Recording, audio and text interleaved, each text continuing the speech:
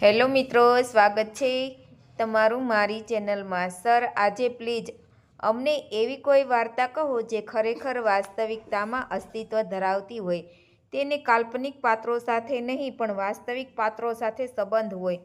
જયશ્રીએ આગવા લહેકા સાથે પુરોહિત સાહેબને કહ્યું, સારું, તમે કહો છો તો એક એવી વાર્તા કહો કે જેની સાક્ષી હું પોતે રહ્યો છું, પુરોહિત સાહેબે કહ્યું, અને ક્લાસમાં હાજર તમામ વિદ્યાર્થીઓએ આનંદની કિલકારીઓ રેલાવી।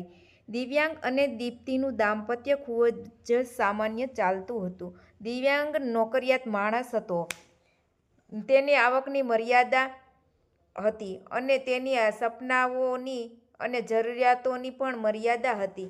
બીજી તરફ દીપ્તિને તો ઊંચા આકાશમાં ઉડવું હતું, તેને બધું જ મેળવવું હતું, બધું જ માણવું હતું અને અવનવું જાણવું હતું। ઘણી વખત દીપ્તિ અને દિવ્યાંગ વચ્ચે આ મુદ્દે બોલચાલ થતી, પણ ક્યારેક ઘરનું વાતાવરણ ઉગ્ર થતું નહીં। એક દિવસ દિવ્યાંગે તેની પત્ની દીપ્તિને બોલાવીને કહ્યું કે જે દિવસે તને એમ લાગે કે મારે દિવ્યાંગ સાથે નથી રહેવું, તે દિવસે સ્ટડી ટેબલ ઉપર છૂટાછેડાના કાગળ સહી કરીને મૂકીને જતી રહેજે, અને જે દિવસે લાગશે કે મારે તારી સાથે નથી રહેવું, તે દિવસે હું તે ટેબલ ઉપર છૂટાછેડાના કાગળ મૂકીને જતો રહીશ। દીપ્તિ આ વાતમાં સહમત પણ થઈ ગઈ। આ વાતને લગભગ 2 વર્ષ થયા હશે અને એક દિવસ સવારે દિવ્યાંગ નોકરી કરવા ગયો અને તરત જ દીપ્તિએ પોતાના કપડાં, દાગીના, જરૂરી બધી જ વસ્તુઓ ને બધું લઈ લીધું અને સુટકેસ ભરી લીધી। નક્કી કર્યા પ્રમાણે સહી કરીને છૂટાછેડાના કાગળો પણ તેણે સ્ટડીના ટેબલ ઉપર મૂકી દીધા। તેને થયું કે જતા પહેલા છેલ્લો પત્ર દિવ્યાંગના નામે લખી જાઉં। તે સ્ટડી ટેબલ પાસે આવેલી ખુરશી ઉપર પણ ઉલ્લેખ કરી તેમાં કરી દીધો છે કે મારે કશું જ જોઈતું નથી અને હું તને કશું આપી શકું તેમ નથી। તું આવીશ ત્યારે હું મુંબઈ પહોંચી ગઈ હોઈશ। મને લાગે છે કે આપણે બંને એકબીજાથી આ રીતે જ મુક્ત થઈ શકીએ તેમ છીએ। મને ખ્યાલ છે કે મારા પગલાંથી તને થોડી પીડા થશે, પણ તું ઝડપથી ટેવાઈ જઈશ। અત્યાર સુધી આપણે જે જિંદગી જીવ્યા તે બદલ હું સદાય તારી આભારી રહીશ। દીપ્તિએ આ પત્ર લખ્યો અને ત્યાં જ મૂકીને ઊભી થઈ ગઈ અને તે તૈયાર થઈને સુટકેસ લઈને નીચે ઉતરી। ઘર બંધ કરીને ફ્લેટમાંથી નીચે આવી ત્યારે પાડોશીની દીકરી ત્યાં રમતી હતી। દીપ્તિએ તેના હાથમાં ચાવી આપી, તેને સૂચના આપી કે દિવ્યાંગ કાકા આવે તો નિત્યક્રમ પ્રમાણે તેમને ચાવી આપી દેજે। તે પહેલાં કદાચ ગેસના બાટલાવાળો ભાઈ આવશે ગેસ મૂકવા, અને જૂનો બાટલો લેવા જૂનો ગેસ કાઢીને રસોડાની બહાર મૂક્યો છે અને તેના ઉપર જ એજન્સીની ડાયરી છે જેમાં પૈસા મૂક્યા છે, મમ્મીને કહીને બદલાવી કાઢજે। દીપ્તિ આટલી સૂચના આપીને રિક્ષામાં નીકળી પડી। અવ્યવસ્થિત રહેવાની આદત જ દીપ્તિને સૌથી વધારે પસંદ હતી। તે ટોટલી અનપ્રિડિક્ટેબલ હતો, તે ગમે ત્યારે ગમે તે કરી શકે તેવો, અને દીપ્તિ મનમાં ને મનમાં સ્મિત કરીને બેસી રહી। સુબોધ એક બિઝનેસમેન પિતાનો દીકરો હતો, લંડનમાં અભ્યાસ કરીને અમદાવાદ પરત આવ્યો હતો। તે પિતાના બિઝનેસમાં જોડાયો નહોતો, છતાં તેમાં કામ કરતો હતો।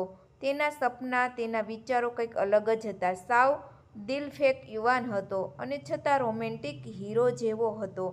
તેનામાં ગજબનો આત્મવિશ્વાસ હતો। તેની પાસે વિશેષ આયોજનો હતા। તેના સપના બહુ મોટા હતા, તેમાં ચંચળતા પણ ભારોભાર ભરેલી હતી। તેના ગમા અણગમા પણ ગમે ત્યારે બદલાઈ જતા હતા। આ બધી જ બાબતો દીપ્તિને ખૂબ જ ગમી ગઈ હતી। એક વખત તે એક કાર્યક્રમમાં સુબોધ સાથે મુલાકાત થઈ હતી અને ત્યારબાદ મિત્રતા ક્યારેક કેળવાઈ અને બધું પ્રેમ સુધી પહોંચી ગયું અને હવે લગ્ન કરીને મુંબઈમાં સેટલ થવા સુધી બંને પહોંચી ગયા હતા। મુંબઈમાં સુબોધ કયો બિઝનેસ કરશે, દીપ્તિએ તેમાં શું પ્રોસીજર કરવા લાગે છે, એરપોર્ટ ઉપર થયેલી જાહેરાતે દીપ્તિના વિચારોની હારમાળાને અટકાવી દીધી। તેણે જોયું તો સુબોધ હજી આવ્યો નહોતો। તેને ચિંતા થઈ। તેણે સુબોધના ઘરે ફોન કર્યો તો ફોન કોઈ ઉપાડતું નહોતું, સતત રિંગ વાગતી હતી। તે પાછી આવીને બેન્ચ ઉપર ગોઠવાઈ, પણ હવે મન બેસી શકે તેમ નહોતું। તેણે ઉછળકૂદ શરૂ કરી હતી। ચેકિન માટે છેલ્લો કોલ આવ્યો। તે ઊભી થઈને ગેટ પાસે ગઈ। તેણે પોતાની ટિકિટ ત્યાં ઊભેલી અટેન્ડન્ટને આપી અને પેલી છોકરીએ તેને એક ચિઠ્ઠી આપી. તેમાં, પ્રિય દીપ્તિ, હું તારી સાથે લગ્ન કરીને બંધનમાં બંધાવા માંગતો નથી. તારી સાથે પસાર કરેલો સમય મારા જીવનનો શ્રેષ્ઠ સમય હતો. હું મારા સપનાઓ સાકાર કરવા માંગુ છું. હું એકલો ઉડવા માંગુ છું અને તેથી જ હું તારા આવતા પહેલાં જ મારા સપનાની દુનિયામાં ઉડી ગયો છું. તારી ટિકિટ કન્ફર્મ છે. તું મુંબઈ ફરતી આવ. તારા રહેવા અને ફરવાની વ્યવસ્થા મેં કરી છે.